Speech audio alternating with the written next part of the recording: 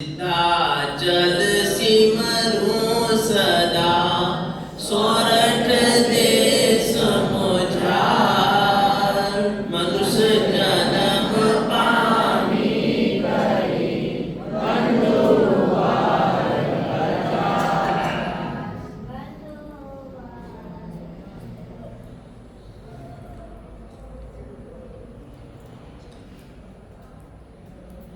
हम शत्रुंजय गिरिराज की यात्रा करते हुए जैसे ही रामपुर बाकरपुर से भीतर प्रवेश करते हैं,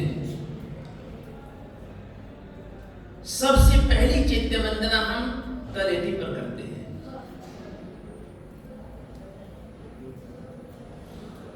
गिरिराज की शुभ शुरुआत तलेटी से होती है। ये पूरे गिरिराज के चरण हैं।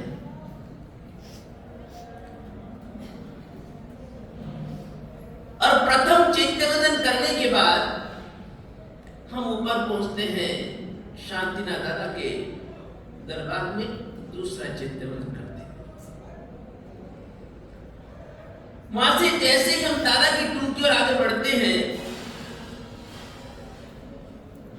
तो कवडेश की प्रतिमा आती है। उसके आगे धनेश्वर सूर्य जी महाराज की गुरु प्रतिमा है। धनेश्वर सूर्य जी महाराज कब्जा कर लेना, जिन्होंने शत्रुंजय महात्म्य ग्रंथ लिखा है। इस तीर्थाधिराज गिरिराज शत्रुंजय की महिमा को वर्णित करने वाला अद्भुत ग्रंथ है, अद्भुत ग्रंथ है शत्रुंजय महात्म्य। उस शत्रुंजय महात्म्य ग्रंथ में एक प्रसंग आता है।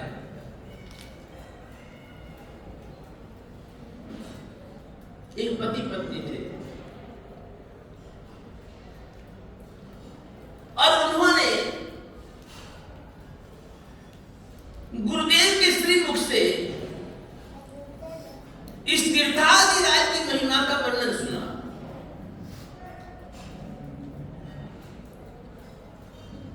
और जब यह जाना कि जिसने अभी तक इस गिरिराज की तीर्थाधिराज की स्पर्शना नहीं की, समझो कि उसका जन्म ही नहीं हुआ, वो भी गर्भावस्था में।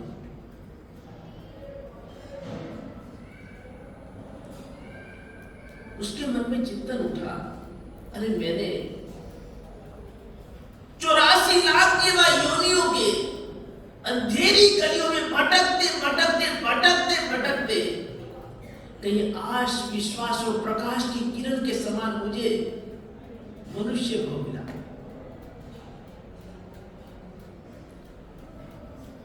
और उसमें भी मुझे आर्य क्षेत्र मिला। ये ऐसा आर्य क्षेत्र है, तीर्थंकरों की भूमि है, महर्षियों की भूमि है, पुण्य भूमि है, संतों महर्षियों अरिहंतों की पवित्र भूमि है। ऐसा मुझे आर्य क्षेत्र मिला।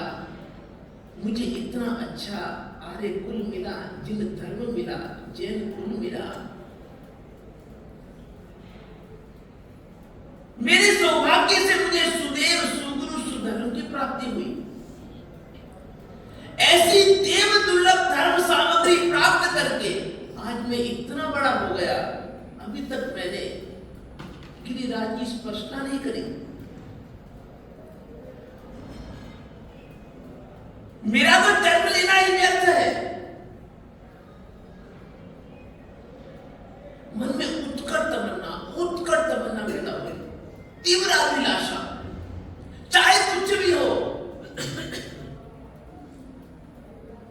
मुझे पालिताना जाना है,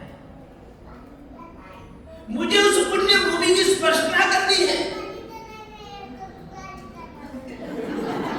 तो मैं तो पालिताना ही बैठा हूं। सच्ची बात है, ज्ञानी है। कोई गुरु तेरा बड़ा संस्कार है पियो। अच्छा, अजमेर कोची है। अब साधु बनना पड़ी, पाठ बैठ दिया, दीक्षा लेनी पड़ी।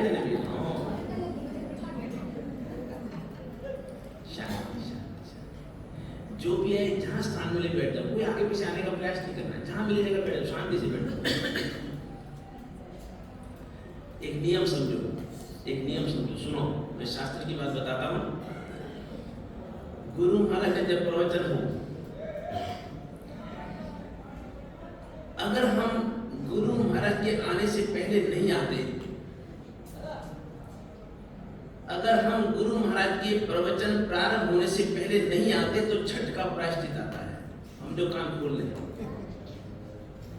हम दिया, अगर हम गुरु महाराज के प्रवचन प्रारंभ होने से पहले, गुरुदेव मान लो पाठ में पधार चुके और हम आराम से इधर उधर चक्कर काट रहे हैं, कोई इधर कमरे में उधर कमरों में कहाँ भटक रहे हैं, तो मैं अपनी बात नहीं कह रहा हूँ, मैं कोई कपोल कल्पित बात नहीं बता रहा हूँ, जो शास्त्रों में वर्णन वो बात कर रहा हूँ। अगर गुरु महाराज के प्रवचन में पधारने से पहले, प्रवचन प्रारंभ होने से पहले हम यदि प्रवचन हॉल में उपस्थित नहीं होते तो उसे छठ का प्रायश्चित कहा गया है।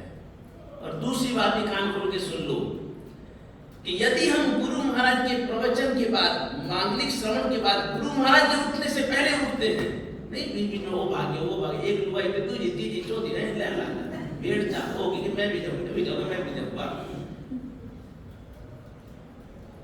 अगर गुरु महाराज के प्रवचन पूरा होने के बाद, मांगलिक सुनने के बाद, गुरु महाराज के उठने के पहले यदि आप उठते हैं तो अठम का प्रश्न आता है।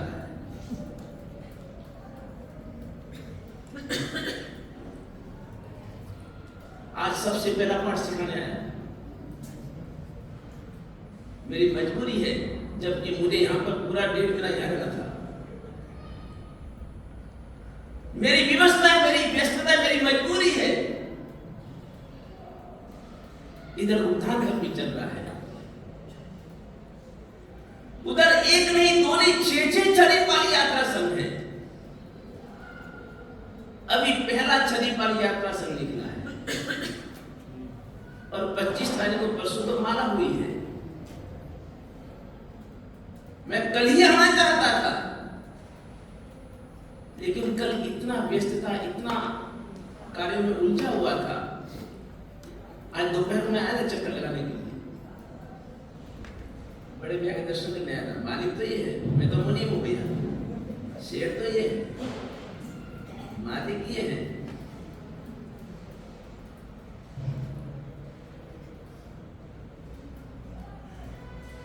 अगर हनुमान के बेटे राम को काम करना पड़े तो हनुमान को लागत है।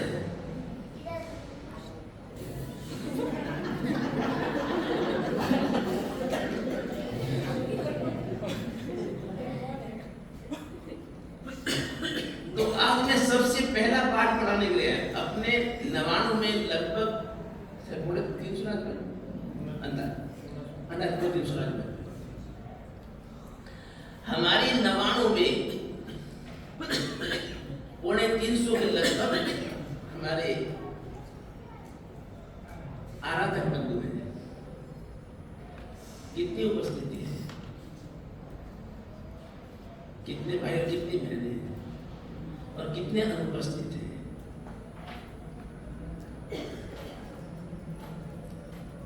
नवाणु यात्रा के साथ साथ में नित्य नियमित रूप से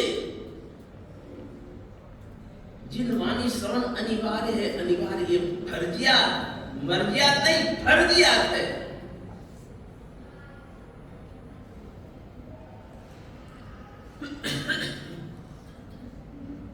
प्रवचन की क्या महिमा है, प्रवचन श्रवण का महत्व क्या है। भरत महाराजा, भरत चक्रवर्ती, आप जी याद नहीं बाजू में, आप भी डिस्टर्ब हो, भी नहीं समय डिस्टर्ब हो, मुझे नहीं होगा, या तो मैंने हमारा नहीं तो फिर साजन भरा दो। हाँ एक कौन करोगे, या फिर हमारा ये साजन भरा दो, कौन नहीं बनेगा, वो मुझे बार बार ध्यान बदले डिस्टर्ब बोले डिस्टर्ब जो डिस्टर्ब होता तो बच्चों का लिंक होता।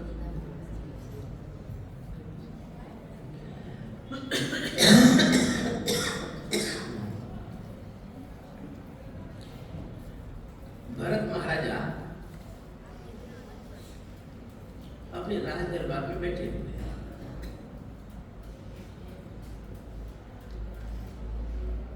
और इधर से अंतपुर से एक दासी आती है।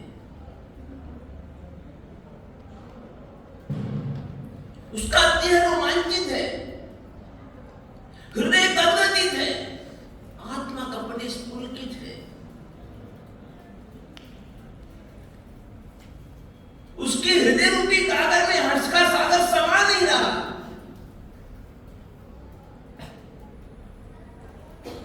नाचती गाती झूमती हुई आ रही है। राज दरबार में आने के बाद में कहती है, भरत महाराजा की जय हो, विजय हो, जय जयकार हो। महाराज एक शुभ समाचार लेकर के आए। महाराजा चूक जाते हैं और कहती है, बोल दासी, तू क्या शुभ समाचार लेके आई है? महाराज, महारानी ने पुत्र रत्न को जन्म दिया है। महारानी ने पुत्र रत्न को जन्म दिया है। मैं आपको शुभ समाचार देने के लिए आई हूं। आपको बधाई हो, पुत्र रत्न की प्राप्ति की बधाई हो।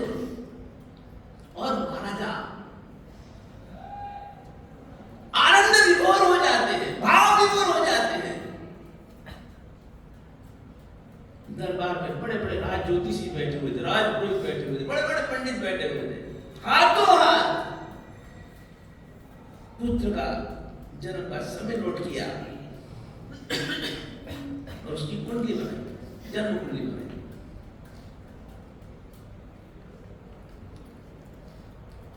जन्म कुंडली बना करके और राज ज्योतिषी महाराजा धीराज को उस पुत्र जन्म के बाद जो ग्रह नक्षत्रों में जन्म हुआ उसके बारे में वर्णन कर रहे हैं।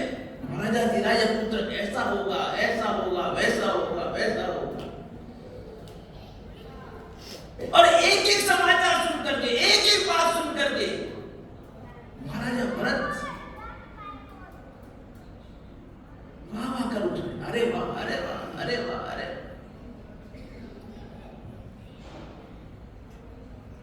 उनकी खुशियों का पार नहीं है।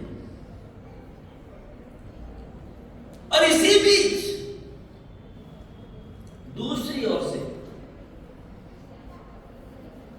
एक आयुधशाला से, शस्त्रशाला कह लीजिए, आयुध शस्त्र, एक शस्त्रशाला की ओर से एक द्वारपाल आता है। वो भी नाचता गाता झूमता हुआ आ रहा है। और राज दरबार में आकर के बड़े उल्लसित हृदय से कहता है, महाराजा भरत की जय हो, महाराजा भरत की विजय हो, महाराजा भरत की जय जयकार हो। महाराज एक शुभ समाचार। महाराज सोचे बात कही है, सूरज किधर से उगा आज? इधर से देखो शुभ समाचार, इधर से देखो शुभ समाचार। बोलो द्वारपाल, क्या शुभ समाचार लेके आए हो? महाराज, आपकी आयुधशाला में, आपकी शस्त्रशाला में चक्र रत्न प्रकट हुआ है। पधारिए, चक्र रत्न की पूजा करने के लिए पधारिए। चक्र रत्न प्रकट होना मतलब आप निश्चित ही षटखंड के अधिपति चक्रवर्ती बनेंगे। चक्र रत्न प्रकट होना ये शुभ सूचना है कि आप निश्चित अब चक्रवर्ती बनेंगे, षटखंड के अधिपति बनेंगे। चक्रवर्ती बनने की पहला ये संकेत है चक्र रत्न प्रकट होना।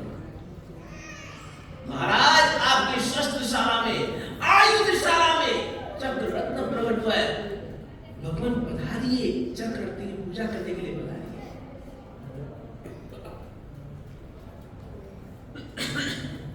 एक सांसारिक दृष्टि से विचार करें एक तरफ पुत्र जन्म के शुभ समाचार और दूसरी ओर से चक्ररत्न प्रकट होने के समाचार, चक्रवर्ती बनने की शुभ सूचना, शुभ संकेत। सांसारिक दृष्टि से इससे बड़ी क्या और खुशी होगी? आप घर बैठे हो, एक तरफ आपको समझ में कल आपको राष्ट्रपति बना जा रहा, ओ मैं राष्ट्रपति, क्या बात है, सुनते ही हाथ में बोल रहे हो, मैं राष्ट्रपति हो।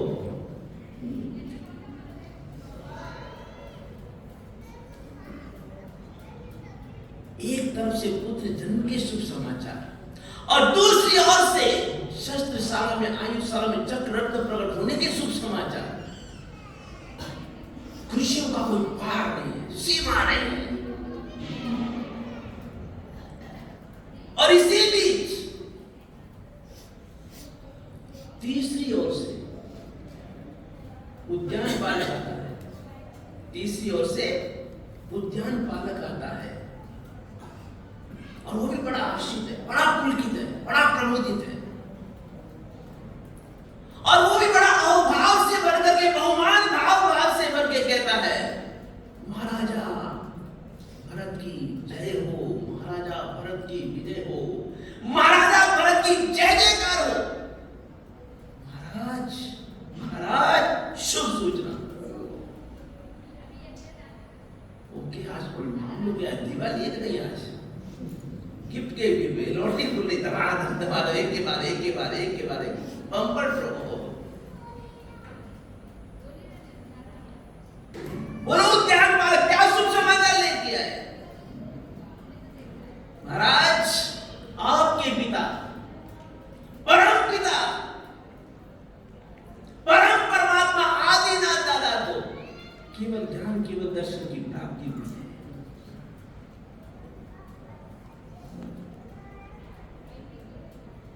देवेंद्र आए हैं परमात्मा का केवल ज्ञान, केवल दर्शन महामहोत्सव मनाने के लिए। अद्भुत प्रभु के समोसरण की संरचना हुई है।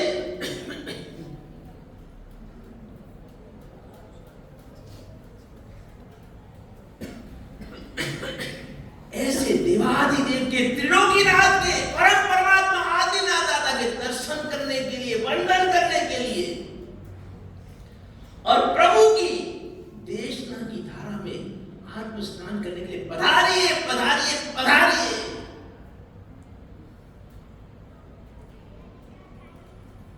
पहला शुभ समाचार क्या आया? ओके, दूसरा, तीसरा,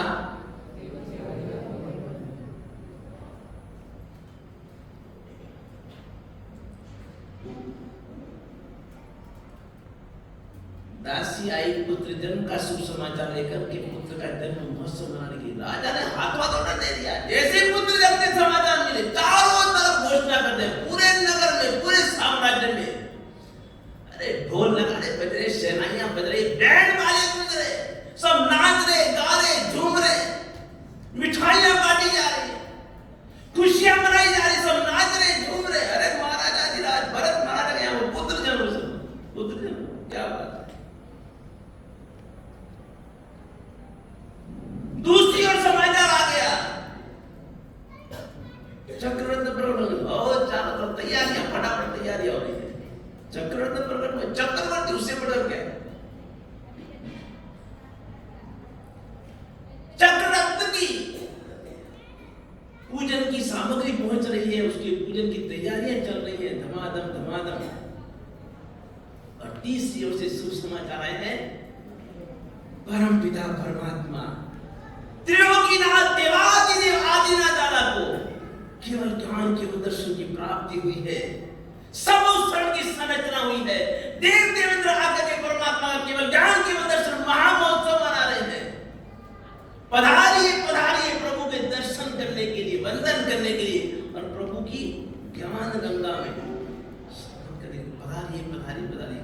अबे मान लो, मैं विचार मैं आपको पूछूं, कदाच मान लो, सपोज करो कि भरत महाराजा के स्थान पर आप थे, हम लोग थे भरत महाराजा, मान लो आप ये समझ लीजिए कि भरत महाराजा के स्थान पर आप हैं, आप ही भरत महाराजा। ओके,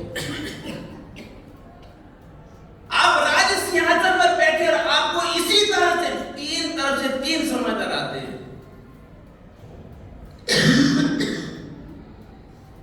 एक तरफ से पुत्र जन्म के समाचार, चक्रवर्ती होने के समाचार और आदि न दाता केवल ज्ञान केवल दर्शन प्राप्ति के समाचार, 3 समाचार आपको मिलते हैं। आपसे मैं पूछूं कि आप पहले किस तरफ जाएंगे, आपके कदम किस तरफ बढ़ेंगे?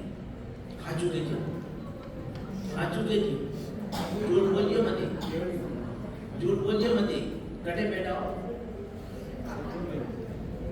पालितान में पुण्य भूमि है, अच्छा उपास्य में बैठा, पूर्वाड़ा हम पे बैठा हो, अच्छा नवानु यात्रा का आराध्य को खा चुके, जो मैं वो बारे काट अटकते नहीं, मुख से नहीं बोलना, मन से अटल आवाज से ले लिया, कौन केवल मुझे अच्छा लगाने के लिए नहीं, जो मन में क्लियर कर रहा आज बोलिए। अगर भरत महाराजा के स्थान पर आप हूं और आपको इस तरह के 3 शुभ समाचार मिले, आप इस तरफ जाओगे? पहले पुत्र जन्म महोत्सव मनाओगे, आपके चक्रवर्ती पूजा करने के लिए जाओगे, या बाप श्री वंदन करोगे? पढ़े आ चुके आए धर्मात्मा पुण्य, तो आप तो सब कोई आ चुके बोल भी कुछ आप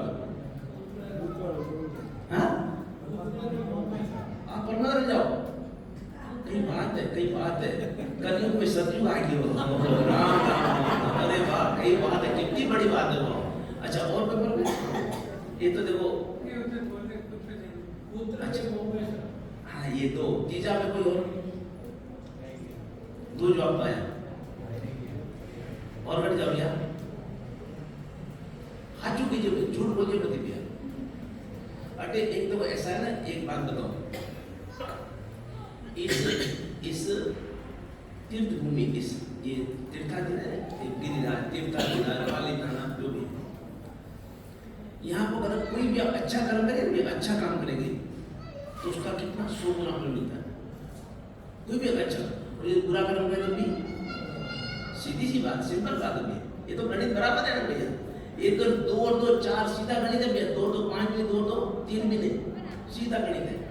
कोई भी आप यहाँ पर काम करेंगे, इस पालिताना की पुण्य भूमि पर, इस गिरिराज और गुरुराज की छत्र छाया में आप जो भी अच्छा काम करेंगे तो भी आपको 100 गुना फल मिलेगा, और अगर बुरा काम करें उसका भी 100 गुना फल मिलेगा भैया, ध्यान रखिए भैया। ये जो शास्त्र की बात कह रहा हूं ना, अपने घर की बात नहीं कर रहा हूं, समझ लीजिए। इस पट्टे पर बैठ करके हम कोई भी अपने घर की बात नहीं कहते, मन की बात नहीं बताते। मोदी भले मन की बात करते रहते बात, हम तो भी आपने जो शास्त्र की बात है, भगवान की बात ही करते हैं, सीधी सी बात है। अरे हमारे मन की बात हालिस को नहीं दिया, जब हम इस पाठ पर बैठ गए तो फिर मन की बात नहीं हाले भी, नो गलत बात, जो भी है जो हमारा परमात्मा की है वही आपको बताओ। मैं थे टपाली हो, टपाली डाकिया डाक लाया, पोस्टमैन, सिंपल सी बात है। पोस्टमैन का क्या काम है भैया? इधर की चिट्ठी उधर पहुंचा, बस, और कोई नहीं। हमारा इतना ही काम है, जो परमात्मा ने कहा वो आप तक पहुंचाना, बस, और कोई काम नहीं है। वही धंधो करो, जो परमात्मा ने कहा आप तक पहुंचाना, बस, सीधी सी बात है। और हमारा उसमें कोई भेदसेल नहीं है, कोई मिलावट नहीं है, नो मतलब नहीं। तो गुनहगार हमारे से गुनहगार नहीं हो, उसमें यदि मिलावट किया तो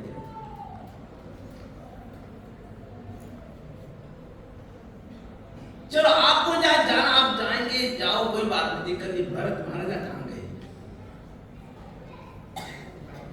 आपने चले जवाब प्रेम की बता दिया, कोई दिक्कत नहीं। क्या बात,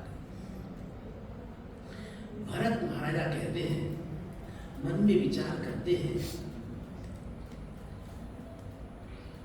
पुत्र का जन्म हुआ है, ये जन्म मरण का चक्र तो सदा चलता ही रहता है। पुत्र का जन्म महोत्सव तो बाद में भी मनाया जा सकता है, कोई बड़ी बात नहीं।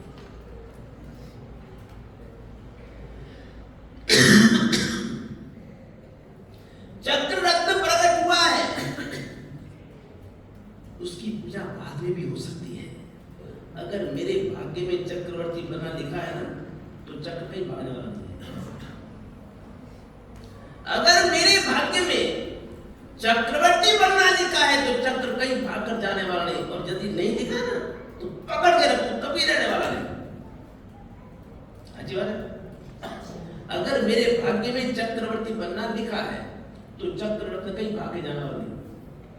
अगर मेरे भाग्य में नहीं लिखा है तो पकड़ के रखो, जकड़ के रखो, कभी रहने वाला नहीं। तो चक्रवर्ती की पूजा बाद में भी हो सकती है, लेकिन देवादिदेव परम परमात्मा आदिनाथ दादा केवल ज्ञान, केवल दर्शन की प्राप्ति, परमात्मा के दर्शन, और उससे भी बढ़ करके परमात्मा के मुख से निकलने वाली एक ज्ञान की गंगा, ये देशना की धारा, ये एक बार बह गई फिर दोबारा नहीं मिलने वाली। जो एक बार परमात्मा के मुख से निकल गया, आप 2 घंटे बाद मिलेगा वापस, खत्म कहानी। वो समय निकल गया, हाथ से खो दिया, हीरा गमा दिया आपने। तो इस सुधर्मा स्वामी के पाठ पर बैठ करके जो गुरु भगवंतों के श्रीमुख से जो परमात्मा वाणी का एक प्रभाव निकल गया, वो निकल गया। अब यहां से उठने में उनको तो आगे कहीं बोले खत्म कहानी। यहां बैठे होते ना, हम स्वयं ही बोलते ये वही बोला, उसी की मर्जी चलती है यहाँ पर भैया। ये निश्चित समझना, मैं प्रत्येक नवानु यात्री आराधक से निवेदन करूंगा, और काम में आगे पीछे हो चलेगा, लेकिन परमात्मा वाणी श्रवण में, जिन वाणी श्रवण में कोई भी आगे पीछे नहीं, सब समय पर हाजिर। और उस बात को जो मैंने पहले कही, मैंने आज का पाठ दिया, उसको याद रखना। गुरु महाराज के आने के बाद यदि आप आते हैं, गुरु महाराज के प्रवचन में आने के बाद यदि आप आते हैं, 1 आया, 2 आया, 3 तक का, चौथा पंछी आया, ओ हो, छठका प्रायश्चित।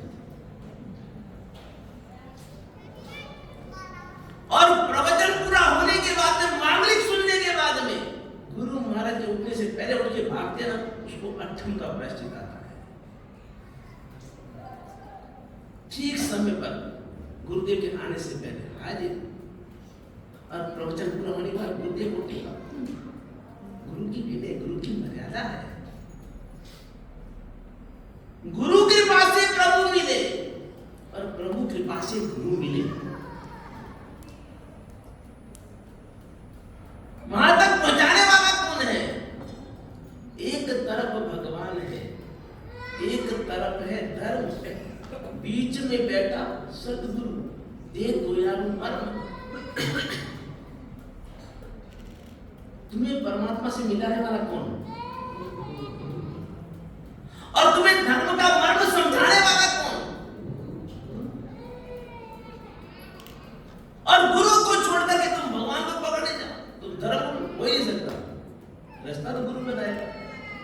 गुरु बिन कौन बतावे बाट, गुरु के बिना रास्ता कौन बताने वाला है?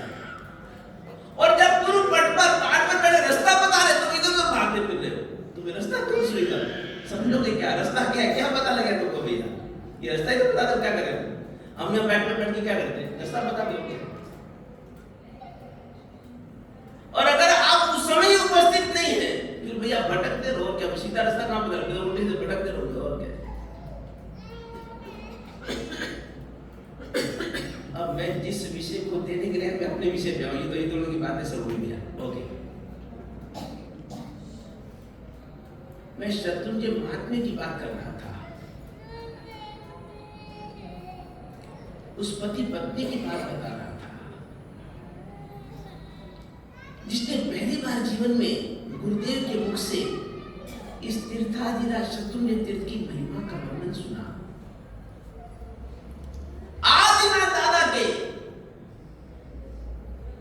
प्रभाव और महिमा को जाना। वो इतना आतुर हो गया, इतना व्याकुल हो गया, मुझे किसी भी तरह खालिदाना जाना है, मुझे गिरिराज की स्पर्शना करनी है, मुझे तीर्थ की यात्रा करनी है, मुझे दादा को भेंटना है, मुझे दादा के दर्शन करने, मुझे दादा की पूजा करनी है, अर्चना करनी है।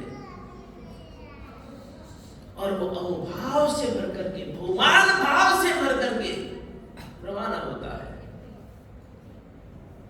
ट्रेन से सोनगढ़ स्टेशन उतरता है। पालिताना में सोनगढ़ स्टेशन उतरता है। और सोनगढ़ स्टेशन उतरने के बाद में जैसे थोड़ा आगे बढ़ता है, आगे बढ़ते बढ़ते अगर मौसम एकदम साफ हो, कोई ओस नहीं हो, कोहरा नहीं हो, धुमस नहीं हो, तो आगे बढ़ते हैं, सामने हमको गिरिराज के ऊंचे ऊंचे मंदिरों के टुंकों के शिखरों के दर्शन होते हैं। जैसे हम आगे बढ़ते थोड़ा आगे बढ़ते तो जैसे ही सामने गिरिराज के टुंकों के शिखरों के दर्शन होते हैं, जिस शिखरों के निर्माण में जो पत्थर लेके गए नीचे से ऊपर पत्थर लगे। आज तो भैया मशीनरी का युग है। आज ऐसे मंदिर बनाने इतने मुश्किल नहीं है, लेकिन जिस समय इन मंदिरों का निर्माण हुआ, उस समय ऐसी दुर्गम घाटियों के बीच से पत्थर ऊपर पहुंचाना नामुमकिन था। किस तरह से इतने पत्थरों को ऊपर ले गए होंगे, कैसे बनाया होगा, कितना कितना कितना द्रव्य लगा होगा, कल्पना नहीं कर सकते। कहते शिखर बनाने में 84,000 रुपए की दोरी रस्सी लगी थी। रस्सी दोरी उस समय का 80,000। कैसे निर्माण हुआ? क्या उनकी भक्ति होगी? क्या परमात्मा के प्रति समर्पण होगा?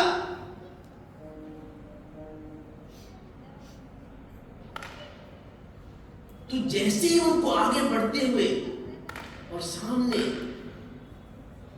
ऊंचे ऊंचे मंदिरों के शिखर दिखाई दे रहे थे, उस समय वो पति एकदम उछल करके कहता है, अरे प्रिय देखो देखो देखो देखो देखो, वो रहा वो गिरिराज, वो देखो गिरिराज, वो देखो वो नवटुंग, अरे वो देखो परमात्मा का देरासर, वो मंदिर, वो शिखर, वो मंदिर।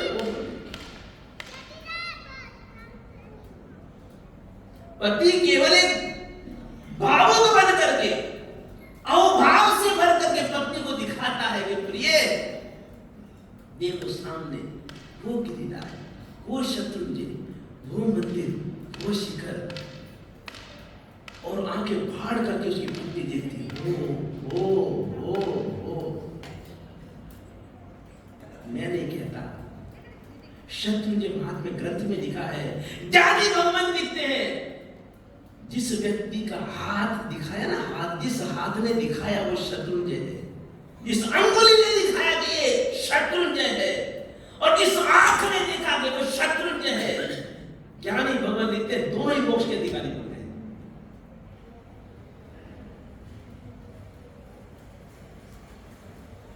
जिस हाथ ने, जिस अंगुली ने दिखाया ये शत्रुंजय है, ये शत्रुंजय, वो शत्रुंजय, वो शत्रुंजय है,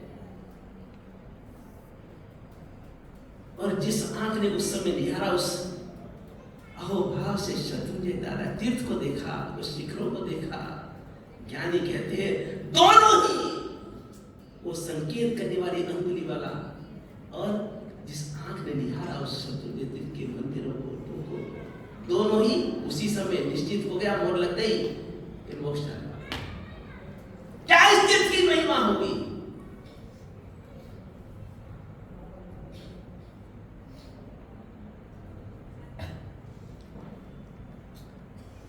त्रिषष्टि शला का पुरुष चरित्र कलिकाल सर्वज्ञ आचार्य हेमचंद सूरी महाराजा का बहुत ही अद्भुत ग्रंथ है, त्रिषष्टि शला का पुरुष चरित्र। और उस ग्रंथ के लास्ट में परिशिष्ट पर्वों में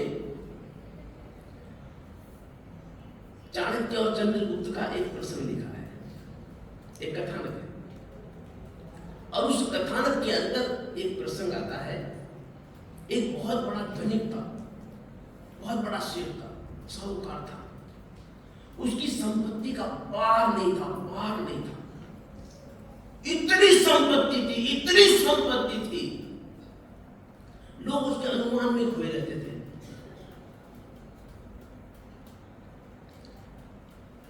एक व्यक्ति ने पूछा, सेठ तेरे पास कितनी संपत्ति है? तो उस सेठ ने कहा मेरी संपत्ति तुम्हें बताओ,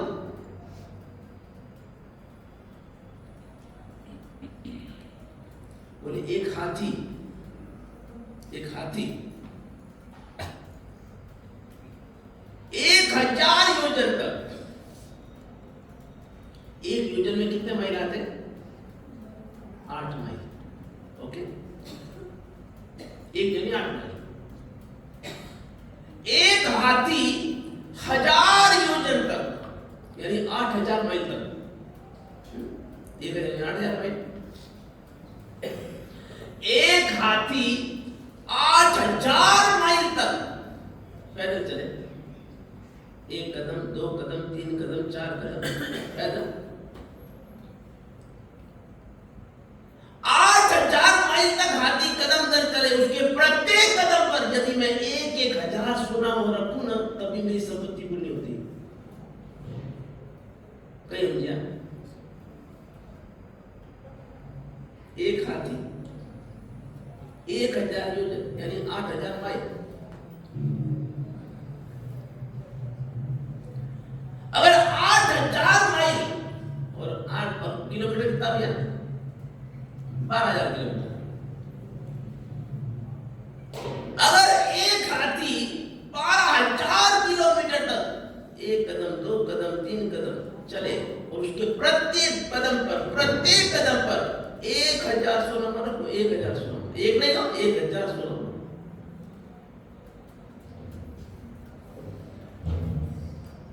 तो भी मेरी संपत्ति पूरी नहीं हुई।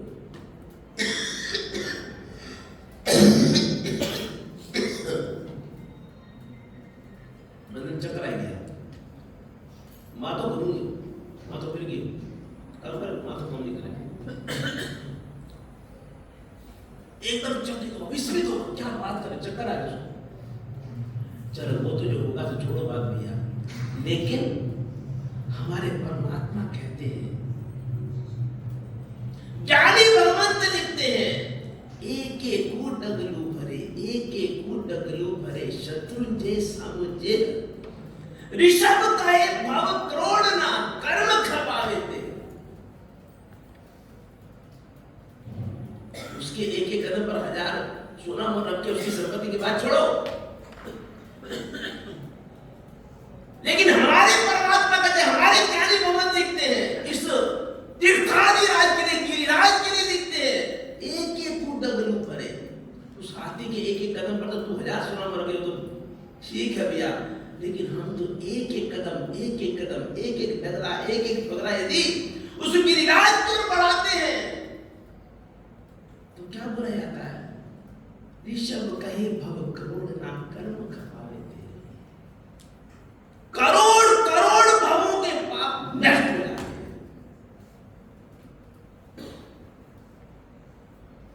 यहां तक कहा जाता है जो विहार छठ करके 7 यात्रा कर लेता है, 3रे भाव में मुक्ति। जो भी इस गिरिराज की स्पर्शना करता है,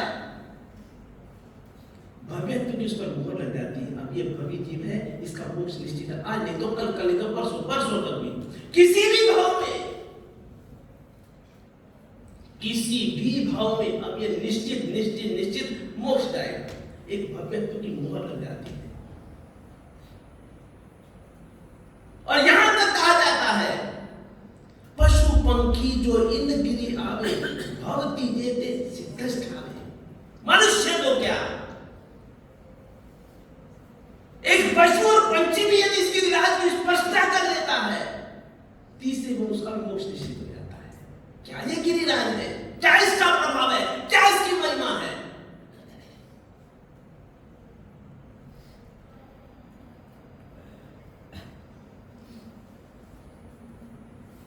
कितना आपका पुण्य है, कितना पुण्य है। लाख धन्यवाद हुआ इस भाग्यशाली परिवार को। मातु श्री कंकुबेन दलीचंद जी, भगवान जी साकरिया परिवार, शांति भैया, राजू भैया, इतना सुंदर आयोजन, 99 यात्रा का आयोजन, कितना आपका सौभाग्य, कितना आपका पुण्य है। परमात्मा पूर्व 99 बार पधारे। 84 को 84 से गुना करो, 84 लाख को 84 लाख से गुना करो। और कितने वर्ष? 70 लाख 56,000 करोड़ वर्ष एक कुरु में होते हैं। और ऐसे 99 गुरुवार पधारे परमात्मा आदिनाथ स्वयं पधारे।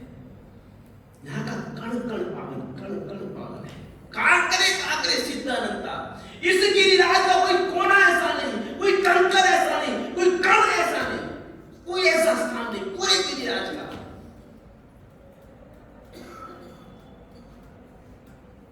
इस गिरिराज की महिमा जितने भी तीर्थ है, सबकी तीर्थ की महिमा किससे है? तीर्थंकर परमात्मा की प्रतिमा से है।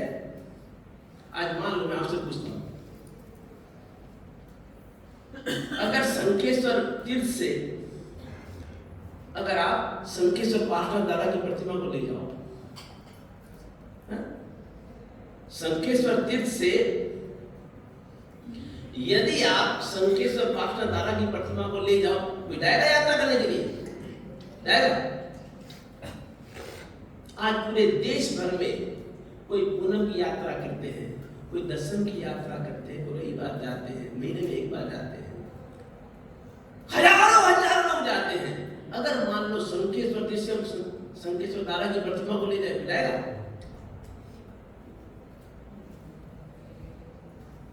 अगर मान लो जीरावाला पार्श्वनाथ दादा और जीरावाला पार्श्वनाथ दादा के तीर्थ से यदि हम जीरावाला दादा की प्रतिमा ले जाए, मिलेगा?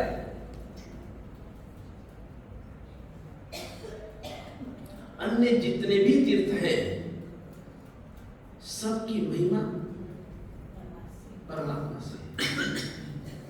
लेकिन ये शत्रुंजय तीर्थ ऐसा है, चाहे आदिनाथ दादा की प्रतिमा चली भी जाए ना बाबा, ये पूरा गिरिराज ही तीर्थ है, इसकी महिमा से कमी नहीं आने वाली। कांकरे सिद्धांत नेमिनाथ दादा पधारे, इंद्र की विनंती को स्वीकार करके, प्रभु ऊपर कदम रखो, ऊपर पधारो। बोले मेरी हिम्मत नहीं है, मैं नहीं जा सकता। अरे ऊपर जाने के लिए पांव कहां रखूं? ऊपर जाने के लिए पांव कैसे रखूं, कहां रखूं? अरे ये पूरा पर्वत ही गिरिराज ही पूरा ये तीर्थ है, और एक एक कण एक एक कंकर के ऊपर अनंत आत्माओं ने सिद्धत्व को प्राप्त किया है। ऐसी सिद्धों की भूमि, अनंत सिद्धों की भूमि, कण कण में जहां पर अनंत आत्मा सिद्ध हुई है, मैं पांव का रखूं इस तीर्थ पे? कहां पांव रखूं? और नेमिनाथ दादा ऊपर नहीं गए, क्या ही पवित्रता होगी इसकी?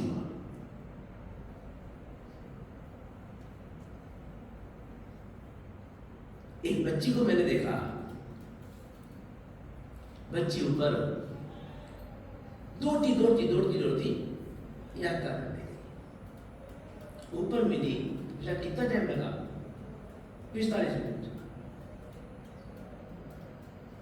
छोटी बच्ची थी, जोश था, बोले 45 मिनट ऊपर पहुंच गई के। अच्छा, अरे वाह। पाछा नीचे उतरे ने वंदन करवाई, मैं को पाछा आता कितना टाइम लगा? 4.5 घंटा। वो कई बात करे, जिस गिरिराज के ऊपर चढ़ने में तुझे 45 मिनट लगे, तुम्हें 5 आने भी 25 मिनट लगा। और भाई जिस गिरिराज पर चढ़ते हुए तेरे को 45 मिनट लगे, तो 5 होता तो भी 25 मिनट पास आएगी ना। मैं कहीं भी इतना टाइम की गला 4.5 घंटा।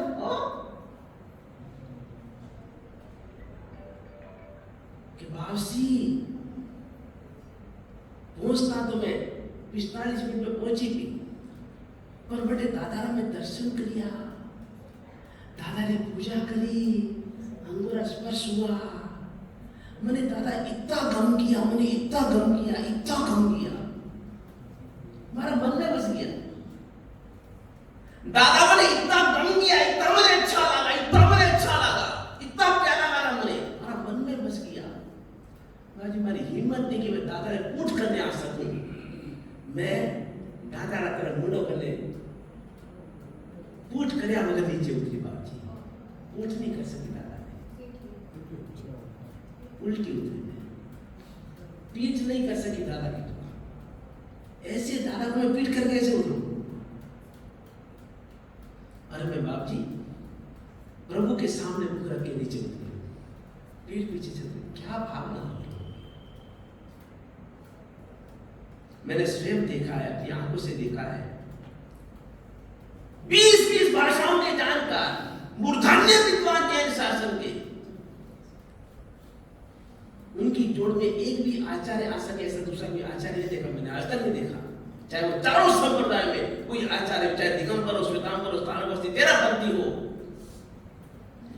कोई भी आचार्य, कोई भी साधु, चारों संप्रदाय में उनकी तुलना में आ सके ऐसा दूसरा को पैदा नहीं हुआ। जम्बू विजय जी महाराज, मैंने स्वयं दर्शन किए। जब भी पालिताना होते, यात्रा निश्चित करनी है, 90 साल की उम्र थी, उससे भी ज्यादा उम्र थी। अगर मैं पालिताना हूं, मुझे यात्रा करनी है। और जिस दिन यात्रा नहीं हो उस दिन खाना बंद, उपवास। इस पालिताना की भूमि पर हो, दादा की यात्रा न करे, नहीं हो सकता। और अगर जिस दिन, क्योंकि आगमों के संशोधन का काम करते थे, बड़े बड़े विदेशियों की बात, बड़े बड़े स्कॉलर आते थे, पढ़ने के लिए आते थे, बड़े बड़े विद्वान आते थे, कभी बिजी होते, नहीं जा पाते थे। जिस दिन नहीं जाना उस दिन उपवास।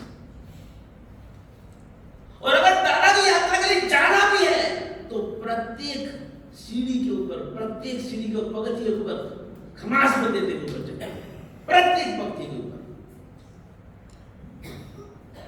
एक एक पगथी के ऊपर, एक एक पगथी के ऊपर खमास में देते हुए फिर दादा की यात्रा करें। क्या यात्रा है, क्या यात्रा है। तुम यहाँ कर्म खपाने के लिए आए हो कि कर्म से और बोझिल बनने के लिए आए हो? कितना बड़ा तुम्हारा पुण्य है, नवाणु यात्रा करने का सौभाग्य मिला है। न जाने कितने जन्मों जन्मों के भावों के पापों को तुम खपा सकते हो। अन्य स्थाने कृतम पापम तीर्थ स्थाने विनश्यति। घर में, व्यापार में, परिवार में, संसार में तुम जितना भी कर्म करते हो, जितना भी पाप कमाते हो, उस पापों से मुक्त होने के लिए, पापों को प्रक्षालित करने के लिए, शुद्धि के लिए तुम तीर्थों में आते हो। उन पापों से छुटकारा कहाँ हो सकता है? तीर्थों में आकर हो सकता है। जहां कहीं भी तुमने कैसे भी कर्म क्यों न किए हो, अगर उनसे तुमको मुक्ति चाहिए, एकमात्र यदि कोई साधन है, एकमात्र यदि कोई माध्यम, तो तीर्थ भूमि। अन्य स्थाने कृतम पापम तीर्थ स्थाने विनश्यति। तीर्थ स्थान पर तुम सभी प्रकार के पापों से मुक्त हो सकते हो। यदि तुमने तीर्थ स्थान में आकर यदि तुमने पाप बांधे, कहीं छुटकारा नहीं हो सकता, कहीं छुटकारा नहीं हो सकता, कहीं छुटकारा नहीं हो सकता। कर्म निखाचित होंगे, भोग लेना। यात्रा करो बहुत पवित्र भावों से भर करके, शुभ भावों से भर करके, शुद्ध विधि विधान पूर्वक करो। कम करो, कोई दिक्कत नहीं, लेकिन शुद्ध करो, पवित्र भावों से भर करके, शुभ भावों से भर करके, अहोभाव से भर करके करो। एक एक कदम पर आदिनाथ आला, जय जय बोलो आदिनाथ, जय जय श्री आदिनाथ, जय जय श्री आदिनाथ। देखो क्या आनंद आता है यात्रा का, क्या आनंद आता है। एकदम हल्के होकर के जाओगे, एकदम हल्के फूल होकर जाओगे। आत्मा तुम्हारी शुद्ध निर्मल बन जाएगी। तुम्हारी आत्मा के भीतर बैठा परमात्मा तत्व जागृत हो जाएगा। आनंद यात्रा हो गया। समय बहुत हुआ, 7:30 बज गए, आपको नींद भी आ रही होगी। कल फिर वापिस आपको प्रचुर करना हो, 7:30 बज गए, प्रचुर करना है। मैं अधिक बात नहीं करूँगा, तो वही पर समाप्त करता हूँ। कल अवसर मिला, कल वापिस आऊँगा, ऐसी की बात हो गया, जरूर आपको किया। लेकिन कल मुझे पूरी हाजिरी चाहिए, पूरी हाजिरी चाहिए। एक एक बंदा चाहिए। ये ना तो मुझे चक्कर काटे सब इकट्ठा करना नहीं, सबकी हाजिरी जरूरी भैया। सब आओ, अपने टाइम से पूरा करेंगे, टाइम से पूरा करेंगे, ज़्यादा नहीं करेंगे भैया।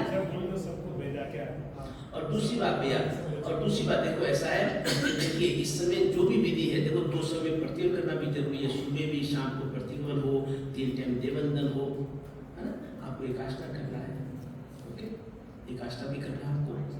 आज समय में एक और अच्छा बहुत प्रसंग मैंने अभी पढ़ा था, आपको सुनाऊंगा, महेंद्र भाई करके बहुत अच्छा प्रसंग सुनाऊंगा।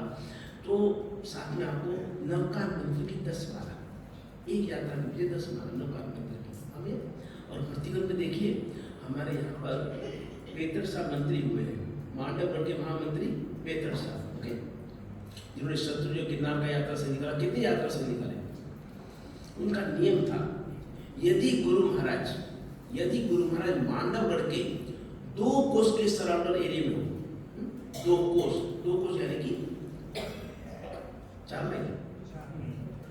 माइल, यानी अगर मांडवगढ़ के पूर्व पश्चिम उत्तर दक्षिण चारों तरफ यदि 2 कोस 4 माइल यानी कि 6 माइल,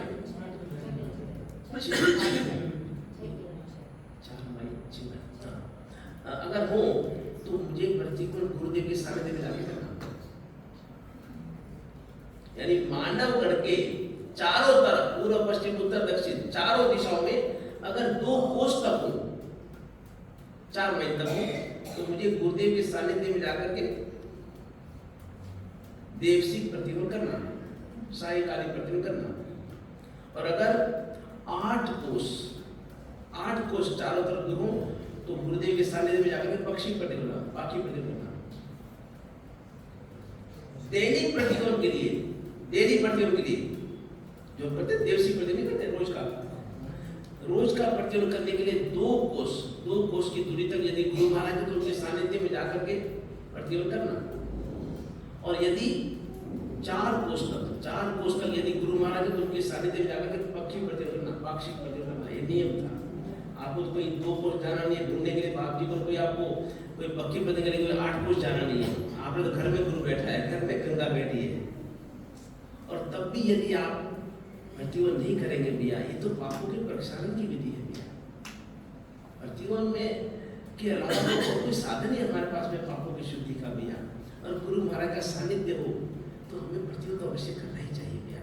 तो अवश्य ही आप सभी भाग्यशाली भी, माता बहनें भी अवश्य प्रतिवन के लिए पधारे, यात्रा में बड़े उल्लास से चढ़ते परिणामों के साथ पधारिए।